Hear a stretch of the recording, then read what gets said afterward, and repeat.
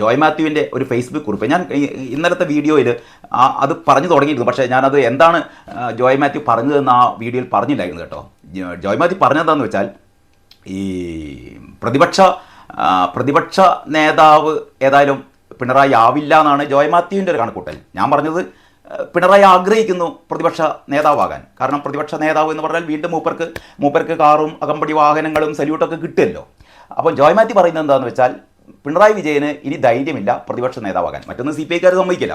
C P ഐക്കാർ മാത്രമല്ല, C P എമ്മിൻ്റെ ഉള്ളിലുള്ള വലിയൊരു വിഭാഗവും സമ്മതിക്കില്ല പ്രതിപക്ഷ നേതാവാകാൻ. അപ്പം പിന്നെ പിണറായിക്കുള്ളൊരു പണി എന്ന് പറഞ്ഞാൽ ഈ UDF സർക്കാർ ഇയാൾക്കൊരു പണി കൊടുക്കണം എന്നാണ് പറയുന്നത്. UDF സർക്കാർ ഇയാൾക്ക് പണി കൊടുക്കണം എന്ന് പറഞ്ഞാൽ പണി എന്നുള്ളത് ആ പണിയല്ല കേട്ടോ. UDF സർക്കാർ ഒരു മാന്യമായ ജോലി പിണറായിക്ക് കൊടുക്കണം എന്നാണ് ജോയ് മാത്യുവിൻ്റെ ഒരു ഇത്. എനിക്ക് ഭയങ്കര ഇഷ്ടമായിട്ടോ ജോയ് മാത്യുവിൻ്റെ കണ്ടെത്തൽ. ഏതായാലും UDF സർക്കാർ, ഇനി വരുന്ന UDF സർക്കാർ നമ്മുടെ VD സതീശൻ്റെ നേതൃത്വത്തിലോ അതല്ലെങ്കിൽ രമേശ് ചെന്നിത്തലയുടെ നേതൃത്വത്തിലോ അതല്ലെങ്കിൽ KC യുടെ നേതൃത്വത്തിലോ അതല്ലെങ്കിൽ ഈ 3 പേരുടെയും നേതൃത്വത്തിലോ എങ്ങനെയാണെങ്കിലും ഏത് പണ്ടാണെങ്കിലും ഇവർ UDF സർക്കാർ അധികാരത്തിൽ വന്നാൽ ആദ്യം ചെയ്യേണ്ടത്, ഇവരുടെ ആദ്യത്തെ മന്ത്രിസഭാ തീരുമാനം എന്ന് പറഞ്ഞാൽ പിണറായി വിജയനെ ഇവരെ ഏറ്റെടുക്കണം. കേരളത്തിൻ്റെ ഒരു പൊതു സ്വത്തായിട്ട് ഏറ്റെടുത്തിട്ട് പിണറായി വിജയന് മാന്യമായ ഒരു ജോലി, ആ ജോലി ജോയ് മാത്യു പറയുന്നതെന്ന് വെച്ചാൽ ഭാഷാ ഇൻസ്റ്റിറ്റ്യൂട്ടിൽ ഒരു ജോലി കൊടുക്കണം എന്നാണ്. ഭാഷാ ഇൻസ്റ്റിറ്റ്യൂട്ടിൻ്റെ ഡയറക്ടറൊന്നും ഞാൻ പറയുന്നില്ല. ഞാൻ പറയുന്നത് ഡയറക്ടർ നോക്കണ്ട, അതിന് മാത്രമുള്ള ബോധവും വിവരമൊന്നുമില്ല. ഭാഷാ ഇൻസ്റ്റിറ്റ്യൂട്ടിൽ ഒരു സീപ്പറോ അങ്ങനെയുള്ള എന്തെങ്കിലും ഒരു പ്യൂണോ ഭാഷാ ഇൻസ്റ്റിറ്റ്യൂട്ടിൽ അങ്ങനെ എന്തെങ്കിലും ഒരു പണി ഭാഷാ ഇൻസ്റ്റിറ്റ്യൂട്ട് കൊടുത്തു കഴിഞ്ഞാൽ മലയാള ഭാഷയുടെ പിതാവായ തുഞ്ചത്ത് എഴുത്തച്ഛൻ്റെ ശേഷം മലയാള ഭാഷയെ നവീകരിച്ച ആളാണ് പിണറായി വിജയൻ. ഇതിങ്ങനെ പറഞ്ഞ് നമുക്ക് പിണറായി എന്ന് പറഞ്ഞു പോകുക കേട്ടോ, ക്ഷമിക്കണം. ഈ പരനാറി വിജയൻ. അപ്പോൾ പരനാറി വിജയൻ എന്ന് പറയുന്നത് തുഞ്ചത്തെഴുത്തച്ഛന് ശേഷം മലയാള ഭാഷയെ നവീകരിച്ച ആളാണ്. കാരണം മലയാള ഭാഷയ്ക്ക് പുതിയ പദങ്ങൾ സംഭാവന ചെയ്ത ആളാണ്. നികൃഷ്ട ജീവി, കടക്ക് പുറത്ത്, മാറി നിൽക്ക്, കുലംകുത്തി, പിന്നെന്തൊക്കെയാണ് മറന്നുപോയി. എന്തെങ്കിലും ആവട്ടെ, നിങ്ങൾക്കറിയാലോ ഇയാൾ കഴിഞ്ഞ 10 വർഷം ഇയാൾ ഉപയോഗിച്ച അധമ വാക്കുകൾ. പക്ഷെ ഇയാൾ പറയുന്നത് ഇതൊന്നും അധമ വാക്കല്ല എന്നാണ് പറയുന്നത്. കാരണം പിണറായിയുടെ വായിക്കൂടെ വന്നാലും പിണറായിയുടെ ആസനത്തിൽ കൂടെ വന്നാലും ഇത് രണ്ടും പവിത്രങ്ങളാണ് എന്നാണ് ഈ അന്തംഗമ്മികൾ പറയുന്നത്. വായിലൂടെ വരുന്നത് മുഴുവനും പുണ്യപദങ്ങളാണ് അല്ലേ, ഏറ്റവും മഹത്തായ പദങ്ങളാണ്. അതേപോലെ തന്നെ പിണറായിയുടെ ആസനത്തിലൂടെ പോകുന്ന സാധനങ്ങൾ മുഴുവനും അതിനുവേണ്ടി ക്യൂ നിൽക്കുകയാണ്. അതിനുവേണ്ടി ഇതിൻ്റെ സ്വാദ് നൊട്ടി നുണയാൻ വേണ്ടിയിട്ട് ധർമ്മപുരാണത്തിൽ OV വിജയം പറഞ്ഞ പോലെ ആ മറ്റേ തീട്ടപാത്രത്തിന് ചുറ്റും എന്താ പറയുക കൂട്ടം കൂടി നിൽക്കുന്ന അടിമ കമ്മികൾ അല്ലേ, പറ്റിത്തീനികൾ, നക്കിത്തീനികൾ, തീട്ടംതീനികൾ, അങ്ങനെ ഇവരതിനു വേണ്ടി ക്യൂ നിൽക്കുന്ന ആൾക്കാരുണ്ട്. അപ്പോൾ ഇങ്ങനെയൊക്കെയാണ് പിണറായി വിജയൻ്റെ ഒരു രീതി എന്ന് പറയുന്നത്. അപ്പം ജോയ് മാത്യു പറയുന്നത് ഇയാൾക്ക് ഭാഷാ ഇൻസ്റ്റിറ്റ്യൂട്ടിൽ പണി കൊടുക്കണം. കാരണം ഇത്തരത്തിലുള്ള പദങ്ങളൊക്കെ കണ്ടുപിടിച്ച ആളെന്നുള്ള രീതിയിൽ നമ്മൾ ആദരിക്കണം ഇയാളെ അല്ലേ. പരനാറി വിജയനെ കേരള സമൂഹം ആദരിക്കേണ്ടതാണ്.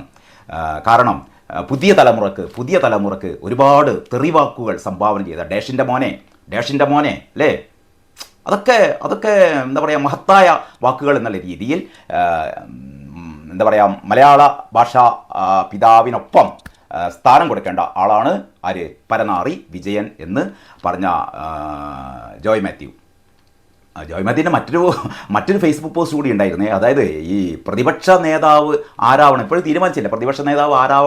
ഇപ്പോഴും തീരുമാനിച്ചില്ല. പിണറായി വിജയൻ ആഗ്രഹിക്കുന്നത് വീണ്ടും പിണറായി എന്ന് പറഞ്ഞുകൊണ്ട് പോവുകയാണല്ലോ. അതിങ്ങനെ ഒരു ശീലിച്ചതിൻ്റെ ഭാഗമായിട്ട് നമ്മൾ പറയുകയാണ് കേട്ടോ, ക്ഷമിക്കണം. ഈ പരനാറി വിജയൻ ആഗ്രഹിക്കുന്നുണ്ടെങ്കിലും അതിൻ്റെ ഒരു കാരണം എന്ന് പറഞ്ഞാൽ മൂപ്പരുടെ ഒരു സ്വപ്നം എന്ന് പറയുന്നത് മരുമോനെ തനിക്ക് ശേഷം മരുമോനെ വാഴിക്കാനായിരുന്നല്ലോ, ഇതിനു വേണ്ടിയിട്ടായിരുന്നല്ലോ ഈ പണി മുഴുവൻ എടുത്തത്. ശൈലജ ടീച്ചർ കഴിഞ്ഞ സംസ്ഥാന സെക്രട്ടേറിയറ്റ് യോഗത്തിൽ പൊട്ടിത്തെറിച്ചത്രേ, നിങ്ങൾ എന്നെ പേരാവൂരിൽ കൊണ്ടിട്ടത് തോൽപ്പിക്കാനായിരുന്നല്ലോ. ഈ യമൻ അവിടെ കൊണ്ടിടുന്നത് തോൽപ്പിക്കാനാണ് എന്നുള്ളത് കേരളത്തിലെ എല്ലാ ആൾക്കാർക്കും അറിയായിരുന്നു. പിന്നെ അന്നെന്നാൽ ഞാൻ മത്സരിക്കില്ലെന്ന് പറഞ്ഞാൽ പോരായിരുന്നു. ഈ കുഞ്ഞികൃഷ്ണൻ സഖാവും TKG ഒക്കെ പുറത്തു വന്ന പോലെ, അല്ലെങ്കിൽ സുധാകരനൊക്കെ പുറത്തു വന്ന പോലെ മാനമര്യാദയായിട്ട് പുറത്തു വന്നുകൂടായിരുന്നു. ഈ ഈ പെരാവൂരിൽ കൊണ്ടുപോയി തോൽപ്പിക്കാനാണ് തന്നെ കൊണ്ടുപോകുന്നതെന്ന് മനസ്സിലാക്കിയിട്ടും അവിടെ പോയിങ്ങാണ്ട് ഈ മഹത്തായ തോൽവി ഏറ്റുവാങ്ങിയത് പിന്നെ എന്തിനായിരുന്നു? ഇതാ പറയുന്നത്, പേടിയാണ്, പറയാൻ പേടിയാണ്. അപ്പം ജോയ് മാത്യു പറഞ്ഞത് എന്താണെന്ന് വെച്ചാൽ ഈ പ്രതിപക്ഷ നേതൃസ്ഥാനം കാരായി രാജന് കൊടുക്കണം എന്നാണ് ജോയ് മാത്യു പറയുന്നത്. കാരണം ഒരു ആക്രമണോത്സുകത ഏറ്റവും കൂടുതലുള്ളത് കാരായി രാജനാണ് അത്രേ. പക്ഷേ ഞാൻ പറയുന്നത് ജോയ് മാത്യുവിന് തെറ്റിപ്പോയതാണ്. കാരായി രാജൻ്റെ 10 മടങ്ങ് ആക്രമണോത്സുകതയുള്ള ആളാണ് പിണറായി വിജയൻ. അത് ജോയ് മാത്യു മറന്നുപോയെന്നറിയില്ല. കാരായി രാജനെ ആക്കണം എന്ന് പറയുന്നത് എന്താണെന്ന് വെച്ചാൽ ഈ ഫസൽ വധക്കേസിലെ പ്രതിയാണല്ലോ മൂപ്പര്. ഫസൽ വധക്കേസിലെ പ്രതിയാണ് കാരായി രാജൻ. അപ്പം ഈ ഗൂഢാലോചന നടത്തി ആളെ കൊല്ലുന്ന പരിപാടിയിൽ കേമനാണ് കാരായി രാജൻ. പിണറായി മോശമല്ല കേട്ടോ. വാടിക്കൽ രാമകൃഷ്ണൻ്റെ കൊലപാതകം കഴിഞ്ഞ ദിവസം ഏതല്ലോ സോഷ്യൽ മീഡിയയിലൊക്കെ ഉണ്ട്. വാടിക്കൽ രാമകൃഷ്ണൻ്റെ ഭാര്യയുമായിട്ടുള്ള ആ ലേഖകൻ്റെ ഇൻ്റർവ്യൂ കേട്ടോ. 18 വയസ്സിൽ വിവാഹിതയാവുകയും 24-ാം വയസ്സിൽ വിധവയായി മാറുകയും ചെയ്ത ആ സ്ത്രീയുടെ ഓർമ്മകൾ. വാടിക്കൽ രാമകൃഷ്ണൻ്റെ മഴുകൊണ്ട് വെട്ടിക്കൊന്ന കേസിലെ ഒന്നാം പ്രതി കാരണഭൂതായിരുന്നു. പക്ഷേ കോടതി വെറുതെ വിട്ടു. അതുകൊണ്ട് കോടതി വെറുതെ വിട്ടു. ഏതായാലും ഒന്നാം പ്രതി കേരളത്തിലെ ആദ്യത്തെ രാഷ്ട്രീയ കൊലപാതകത്തിന് നേതൃത്വം നൽകിയ ആളാണ് പിണറായി വിജയൻ എന്നാണ് ചരിത്രത്തിൽ രേഖപ്പെടുത്തപ്പെട്ടത്. പക്ഷേ കോടതി വെറുതെ വിട്ടത് കൊണ്ട് പറയാറില്ല, അത്ര മാത്രമേ ഉള്ളൂ. അപ്പം ജോയ് മാത്യു ഒന്ന് തിരുത്തേണ്ട എന്താണെന്ന് വെച്ചാൽ കാരായി രാജനേക്കാൾ ആക്രമണോത്സുകത എന്തായാലും പിണറായിക്കാണ്. അപ്പം ജോയ് മാത്യു പറയുന്നത് കാരായി രാജനെയാണ് ആക്കേണ്ടത്. ആരെ? ഈ പ്രതിപക്ഷ നേതാവ് ആക്കേണ്ടത്. പക്ഷെ മറ്റേ മൂപ്പര് നമ്മളെ ബേപ്പൂരിലെ മരുവനാകെ ലക്കുല്ലകാനില്ല നടക്കുകയാണ് കേട്ടോ. എന്തോ ഈച്ചഭാഗ്യത്തിന് രക്ഷപ്പെട്ടതാണ് അൻവറിനോട്. അപ്പോൾ മിക്കവാറും എനിക്ക് മനസ്സിലാക്കാൻ പറ്റുന്നത് പിണറായി പറയും ഒന്നുകിൽ എന്നെ ആക്കണം, പിണറായി ആക്കരുത് എന്ന് CPI-ക്കാരും ഒരു വിഭാഗം വലിയ ആൾക്കാരും ചാട്യം പിടിച്ചു കഴിഞ്ഞാൽ പിന്നെ അടുത്ത ഇത് മരുവൻ. കാരണം അങ്ങനെയാണല്ലോ. കാരണം പ്രതിപക്ഷ നേതാവായിരിക്കുന്ന ആളാണ് അടുത്ത തവണ മത്സരം വരുമ്പോൾ ഒരു മുഖ്യമന്ത്രിയായി പരിഗണിക്കാനുള്ള സാധ്യത. അപ്പോൾ ഇനി വരുന്ന തെരഞ്ഞെടുപ്പിൽ മുഹമ്മദ് റിയാസിനെ മുൻനിർത്തിക്കൊണ്ട് പോരാടണമെന്നാണ് പറയുന്നത്. പക്ഷേ അപ്പോഴത്തേക്ക് CPM എന്ന് പറയുന്ന പാർട്ടി ഉണ്ടാവില്ല കേട്ടോ. അതാണ് മനസ്സിലാക്കേണ്ടത്.